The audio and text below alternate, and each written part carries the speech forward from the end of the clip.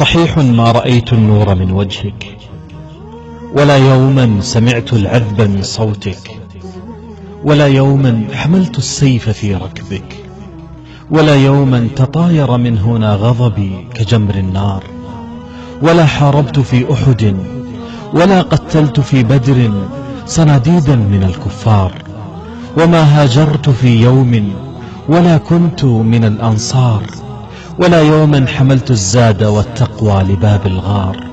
ولكن يا نبي الله، أنا والله أحببتك، لهيب الحب في قلبي كما الإعصار، فهل تقبل حبيبي يا رسول الله؟ هل تقبل؟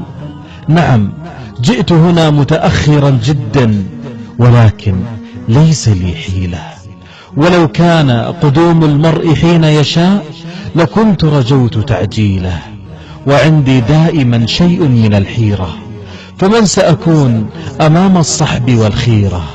فما كنت أنا أنس الذي خدمك، ولا عمر الذي سندك، وما كنت أبا بكر وقد صدقك، وما كنت عليا عندما حفظك، ولا عثمان حين نراه قد نصرك، وما كنت أنا حمزة ولا عمرا ولا خالد، وإسلامي أنا قد نلته شرفا من الوالد، ولم أسمع بلالا لحظة التكبير، ولا جسم شوى حيا بصحراء بكل هجير، ولا حطمت أصناما، ولا قتلت في يوم جنود الكفر والتكفير، وما قطعت يدي في الحرب، ولم يدخل هنا رمح إلى صدري يشق القلب، ولم أقدم على شيء ولم أهرب، ولا يوما حملت لواء، ولا واجهت في شمم هنا الأعداء، ولا يوما رفعت الراية خفاقة.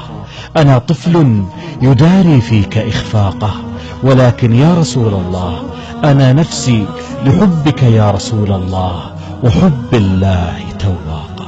أنا نفسي لحبك يا رسول الله وحب الله تواقة.